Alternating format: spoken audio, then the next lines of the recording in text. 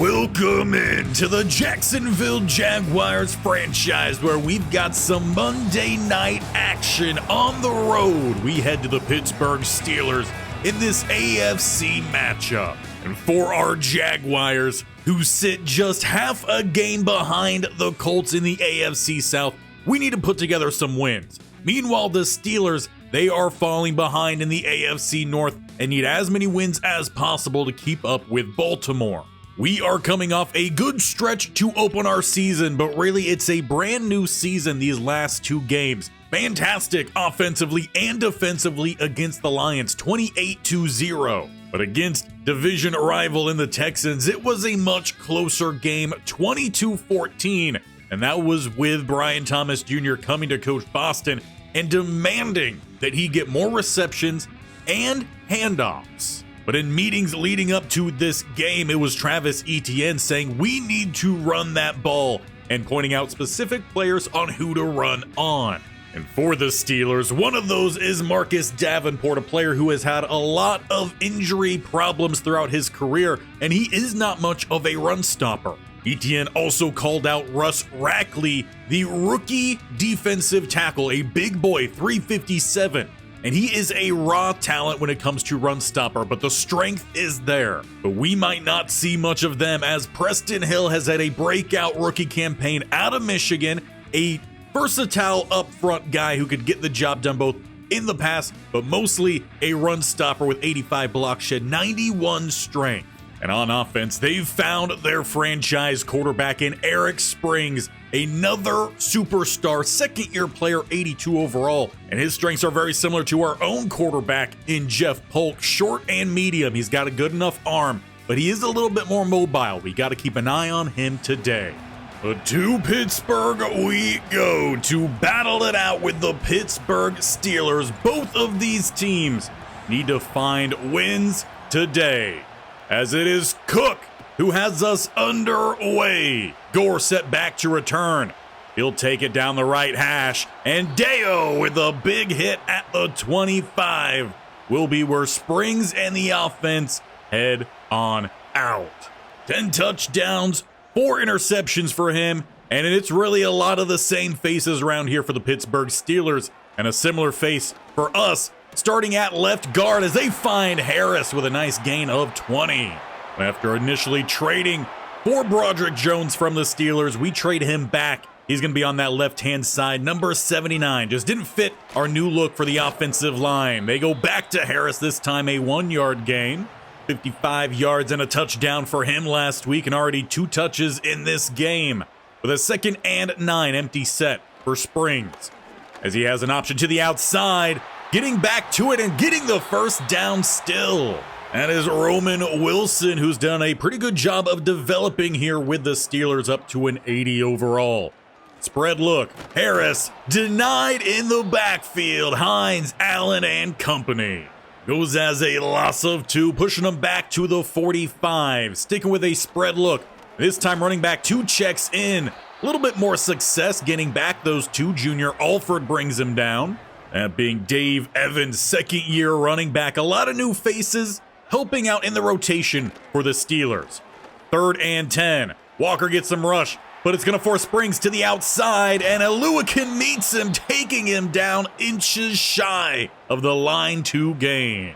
We talked about his mobility pre-game. Nearly gets the job done there, but 4th and inches. They'll keep the offense out there. Throw to the outside is caught. Pickens breaks the tackle, hopping over another down defender, Jarian Jones. It's a 1st and 10 at the 31.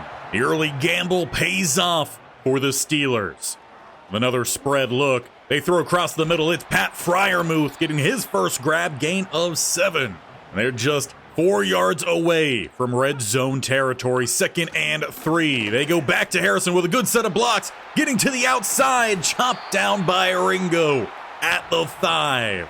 17 yards for Harris on the ground this drive. He also had that gain of 20 to open up the game. Cardinal bring the blitz, but it's caught for the touchdown. Keenan Allen, the new addition here in Pittsburgh, gets them on the board early on here on Monday Night Football. But with work to do, the offense hits the field. Just over 3 minutes remaining here in the first at the 27. Travis, he runs left-hand side with a gash. About a gain of 8. He breaks 2 tackles, not going to get away from the third. Whitehead finally able to bring down Travis Etienne. A hot start for him. And a 1st and 10 at the 38. Going to be play action. Roll under pressure and throwing it short of, I believe that might have been Sexton. Very well, might have been Dawson Knox. But it leaves 2nd and 10. They bring out the fullback here, running left side away from Watt, and gains 3. And leaves the Jags still with 7 more to gain here on 3rd. It's the double A gap look for the Steelers. Hard count, early movement's gonna be that rookie. Preston Hill just a little bit too antsy. Makes it 3rd and 2. Jaguars change up their look here. As they hand it off, Travis met at the line to gain, and the refs are not going to be given a favorable spot here in Pittsburgh. They mark it 4th and inches, and just like the Steelers, our offense stays on the field with an I form. They hand it off to the fullback, Madison Turner. He's got the first down the middle. And that gets them into plus side as well here at the 48. 2 tight ends, right-hand side, tight Addison. As he's going to come in motion here into the backfield. Play action, roll weak side, throwing it off the mark for Addison. And has been a little bit of a concern with Polt so far this year. He's missed a couple of those easier throws. 2nd and 10. They go back to the running game. Ball is out. And it looks like a Jaguar jumps on top of it. Quinn Miners. But ETN just got lit up. 3rd and 5. He stays out on the field. A spread look for the Jags. They need to convert here. Thrown across the middle. A diving drop by Addison off his hands. Another one where the throw could have been better. But too close for a punt. Too far for a field goal. More early movement, not flagged. They wait. Going across and again too far. Trying to find Brian Thomas Jr. It's a turnover on downs. The Steelers defense will get off the field. With a 7-0 lead, their offense can take that field starting about midfield. They hand it off. Harris down the middle. He's got a gain of 5. And that takes us to the break. First quarter comes to an end. Really just 1 drive apiece. Steelers, they converted their 4th downs and got their touchdown.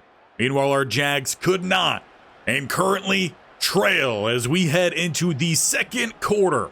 The 2nd and 5. About midfield here for Springs. As he waits patiently, opens up, finding Pickens, who's not able to split the defense. But a big gain down the middle takes him to the 27. Again, just outside the red zone. As they hand it off, met by Lloyd. Cisco will have to come in to help make sure that is a stop. Gain of 1. The 2nd and 9. Now going with a power stretch. Tracking him down from behind, though, Hines Allen. Loss of 3. And this is where you need your defense to force that field goal. At the 29, they need 12 yards. Walker with pressure, open across the middle. They find their young rising star at receiver. Roman Wilson's 2nd grab of the day. Converts the big 3rd down, 1st and 10 at the 11. As they hand it off with a pulling guard, will gain 4. Getting those conversions really has been the difference here today. Jaguars have been one of the worst teams in terms of conversions this NFL season. Handing it off to Harris, who tries to get to the outside. Cisco and Lloyd, yet again. Forces a 3rd down. They need 7. They're at the 8. Trips to the right-hand side. Good blocking up front. Mason Smith will get back there. Just too good of coverage downfield. He found nowhere to go. After giving up that 3rd and long, they make it 4th and 20 here at the 21. To try to go up 2 scores, and it's down the middle, but a flag down as well. And that will be a free 1st down as Cameron Mitchell arrived too late. Provides a 1st and 10 just outside the 10. Harris tries to stretch it. Jones gets slipped, and Harris dives in for now a 14-point lead rather than 10. Steelers capitalize off the penalty. A bad angle taken there from the outside man. And with these long, methodical drives of the Steelers, it takes up a lot of time, which means we've got to be quick with it. 4:08 remaining. We start at the 40 following a great return. Good pull there from Aquanu. It's down the middle for Travis Etienne. Outside that fumble that we did recover, he's been pretty solid today. At midfield, play action. And trying to load up deep. That ball comes up about 40, 50 yards short. It's picked off Minkah Fitzpatrick, who's taking it down the sideline. No Jaguar will catch him. A 3-score lead here for the Pittsburgh Steelers. And everything not going the way of our Jags. But it's a perfect example of why pressure is so important. That would have been a 50-50 ball if not for it. And maybe we would have been celebrating. Instead, we hit the field here on offense under pressure again and getting rid of it. Highsmith hits home for the Steelers. And Jeff Polk just has to let that ball fly. 2nd and 10. Got to find ways to get the passing game going here. Throwing across the middle. This time he finds Addison, plus a flag comes down at the end. But it is a holding call. Antone Harrison. Make it 2nd and 20 rather than the 3rd and inches we had with that completion. Polk making a change back there. They hand it off. Travis gets a good block there from Dawson Knox. Picks up some of the lost yardage. But still with more work to do here. 3rd and 9. They're at the 33. Pistol set off coverage. The single high safety. They throw outside. And it's dropped by Thomas. He's got to hold on to that. You just can't go demanding all these touches. And when you get your first target, drop the ball. He had several drops last week as well. Harris stacked up at the line. He'll lose one. Hines Allen with those trade talks finally put to bed. He's making some big plays out there. We could use with a turnover forced here by this defense. Finding, though, their tight end, Freiermuth. Tight coverage, but not enough to try to jar that one away. 3rd and 2. Free rush here is Walker, who gets a hit, and Yancey will bring down Harris. And we have an injury in Junior Alford. That might shake up this line. As for now, he'll head to the bench. The good news is the rest of the defense will be joining him as they picked up the stop. The offense will have a minute 16 to find some points, and they could really use with some points. Etienne with a screen outside. He will get the first down out at the 43. Defense has been bringing the rush here today. That's a good beater for it. Sticking with the same look, a minute now 11. Polk sitting back here, throws to Etienne, who trucks through one. That's Whitehead. About enough for the first down there as they will get back to it. Still keeping with Tripp's right-hand side, letting this thing develop. Throwing out late. He finds Etienne, who takes another big hit from Hightower. Timeout called there. They only have one more remaining. That's where the injury to Junior Alford really did not help out. One, just for the team's health, but also having to lose a timeout inside 2 minutes. They drop back here, and under pressure, that one's out. Etienne in the area, but 3rd and 10. There just has not been time to let some of these route concepts develop. They need to change up their look here on offense. 3rd and 10. Hard count, no one jumps for Polk. As he throws, it's out to Dawson Knox, who is close. A 4th and 1. Offense is going to try to get back to the line here quickly.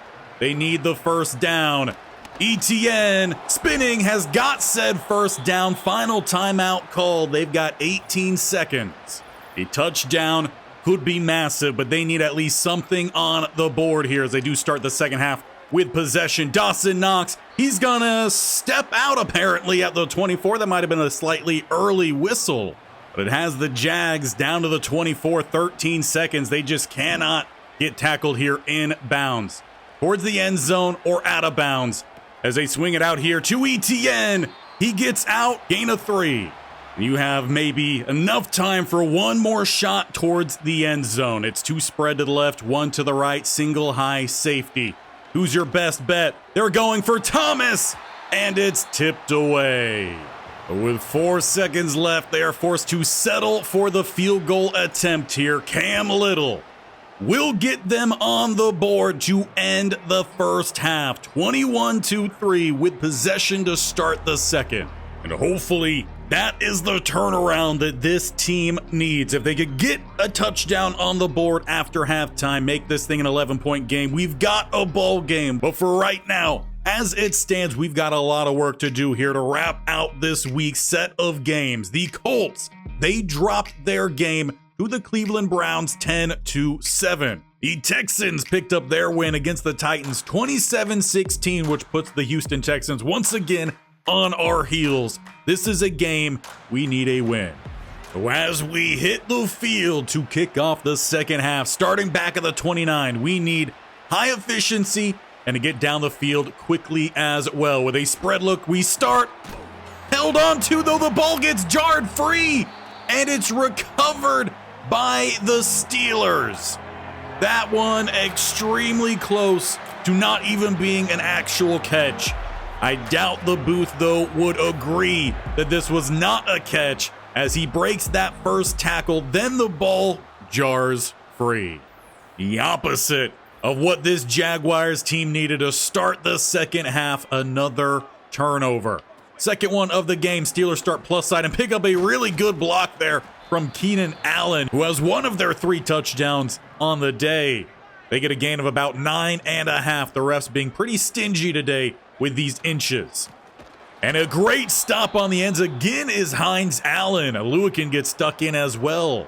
Jaguars will force a 3rd and 3 here. Single back set. They hand it off to Harris, and backing up was the linebacker, Lewickin. He had to step up, and maybe he's able to get that stop. It was also the last line of defense there on the weak side. First down for the Steelers. They're at the 25. Looking to air this ball out. Under pressure, getting it outside, and caught for a gain of 3 is Colin. This Jaguars team could really use with a turnover forced of their own. Harris outside, Cisco with a great stop. 3rd and 8. We've got plenty of TFLs here today, but it has not done enough to get us points on the board. That's what we need, and a sack coming in from Hines Allen. He is on fire tonight. If he could spread that to the offense, that would do a great bit of help. Well, the Jags force their second field goal attempt here of the day. Hopefully this time, no penalties for a free set, as this time it is good. And that leaves our Jaguars down 21 points here midway in the 3rd. Steelers with a tight box. It's what they've ran all game long, and they're going to get pressure here immediately. Ball is out and tipped away from Dawson Knox. It's Porter. Just have not been able to find their groove here tonight. 2nd and 10 at the 25 as they will throw. Again, it's to the tight end. This time Sexton jarred away by Watt. And a quick 3rd down forced here by the Steelers. Jaguars, they need this one. And they're going to at least get 5 yards closer. Keanu Benton, he jumps early. A little neutral zone infraction. Changing up the look here for the Jaguars. Dropping under center, Polk, as they will look to throw quickly, finding Addison, but they say he's down prior to the line to gain. Polk just as unhappy as I think any Jaguar fan is right now. The offense will have to stay out on there, down by 3. And it's Madison Turner, who they say is denied. Patrick Queen gets the pressure with help down the middle. This time the fullback dive is no good. Keanu Benton gives up the free 5, but does not give up the free 5 millimeters for that first down. Steelers with a short field, up 3 scores. Not only 3 scores, they're up 3 touchdowns, more specifically with a gain of 1 there on first down to Harris, who's had a mixed game here today. And finding Keenan Allen, Yancey drops him 1 yard short of the line to gain. Well, where do the Steelers go here with a 3rd and 1? Tight look, Freiermuth in motion. Jags get pressure, but the line opens the door for Harris. That one seems pretty typical for how this game has gone. Jaguars close, but not quite close enough First and 10. Steelers set to throw under pressure as it will go to Mason Smith, though Rakeem Griffey hits home first. The rookie taking away an early option to throw that ball. Second and 14. A lot of movement there across the line. Who are they going to get first? And when it rains, it pours. Dayo Odeyingbo filling in for Junior Alford, who seems to be out the remainder of this game with that injury he suffered in the first half. Steelers looking to throw downfield here. Jump ball and touchdown. Pat Freiermuth just ripped that one away from Campbell. It's now a 4-score lead here in Pittsburgh as the technical lower AFC team is running away with it versus our Jags. Some days things just do not go your way, and that has definitely been the case for the Jaguars today. They got a minute 50 here left in the third. They're still looking for their first touchdown. And it's Brian Thomas Jr. getting his first grab. A gain of 6 for the Jaguars. Play 1. They hand it off to Travis. He's got the first down here. If they're going to have any hope on making this thing a game, they got to find some quick, big plays. Going hurry up here. Bringing the blitz, biting on is Queen. Getting rid of it downfield and dropped by Gabe Davis. You could not have asked for a better play there from Jeff Polk. But the team has not been there as a whole today. And having to find somewhere to go, he eats the shoulder of Hightower. A loss of 6, a 3rd and 16. And they figure out something with a 3rd and long. They go empty set Polk. ETN right-hand side just to help provide a little bit of some more blocking. And a little bit of some bump coverage downfield. Addison couldn't get to it. They'll have to punt away. Just another one of those games where the offense has not been able to get itself put together. Opportunities have been missed out. The defense has not been as clean as they played most of the year either. They do well getting some run stops, some TFLs. They haven't been able to back it up with getting the key stops on 3rd down. As we end the 3rd, headed to the 4th, it is a current blowout here in Pittsburgh.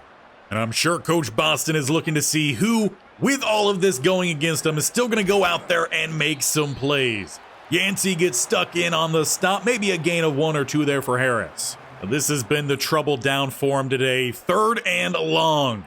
It's the I form for the Steelers as they go play action. Quick stop route and just drifting away from exactly where the ball was thrown. Devin Lloyd, Roman Wilson with another first down.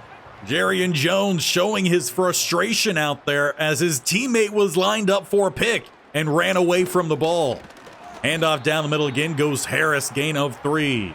On 1st and 2nd down, run stops have been pretty good here for the Jaguars. Again, just coming down to that last play. Got to make the stop. What we have not done today. Steelers have been consistent with it. Harris, another gain of 3. They say the ball pops out. Walker, he stays on his feet. It Springs, the only man in front, who will bump him out at the 15 if this play stands. We will have to take a second look. All plays like this are reviewed. Over the Jaguars, they could really use with it. But is it any shock to say it doesn't go the Jaguars' way? Not today. 3rd and 4, the quick review overturns, and they've got the first down to Pickens. You say it once, you could probably say it again. It's just not been the Jaguars' day. Good news, though, Junior Alford is back out there, so his injury doesn't seem to be long-term, and a big stop there. Mason Smith could have used that on the 3rd down. At this point, kind of seems just like a whole bunch of players padding personal stats rather than playing as a team. With a 2nd and 13. Pass downfield, and tipping it away is Campbell, intended for Pickens. Good ball, though, from Eric Springs. Left it in a one-on-one situation, and they go spread wide here with 3rd and 13. Another chance to get off the field here. Walker with the pressure. Gets the hit. Ball heads to the sideline. Will they try the long field goal? It seems like they will. Kicking this one about the 44, a 55-yarder. And it is leaning to the right. No good for the Steelers. That's about the first good thing to happen today for our Jacksonville Jaguars. Leaving 4:39 on the clock, you're down 28 points. You need about a touchdown per minute and 9 seconds. Starting with a spread look here. And they find some big plays.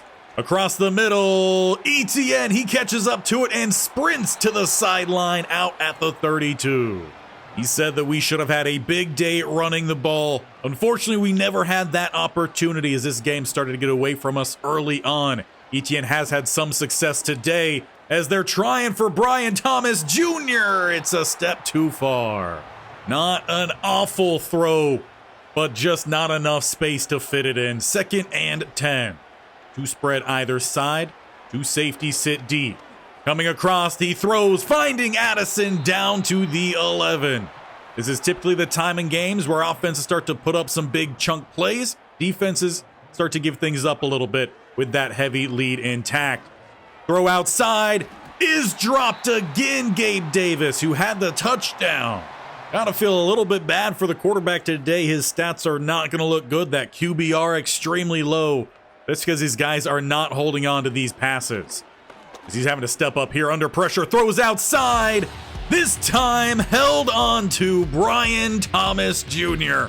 Jaguars finally find their first touchdown of the game, coming late in the 4th quarter. But at this point in the game, why kick it off? You got 3:46 remaining. Onside unit is out. Cook sends it straight to the first man, Dontavion Wicks, who tries to fight through 4 different Jaguar defenders. Stopped at the 38. An interesting, aggressive call from Coach Boston, but if there was any chance to get back into this game, needed to hit that onside. Steelers with possession. Freiermuth in motion. They hand it off to Harris, and once again, he is denied at the line. If the Jags were able to play this way in all facets of the game today, we would have a really good battle between these two AFC teams.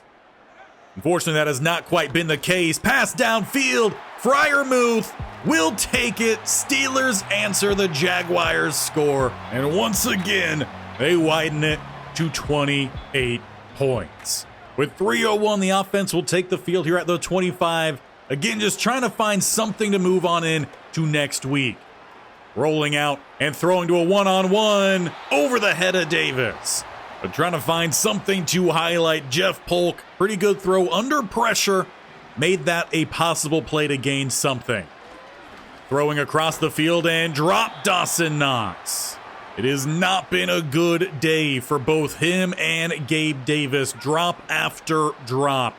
Single high safety here with a 3rd and 10. They throw, fitting it into a tight window. It's off the hands of Brian Thomas Jr.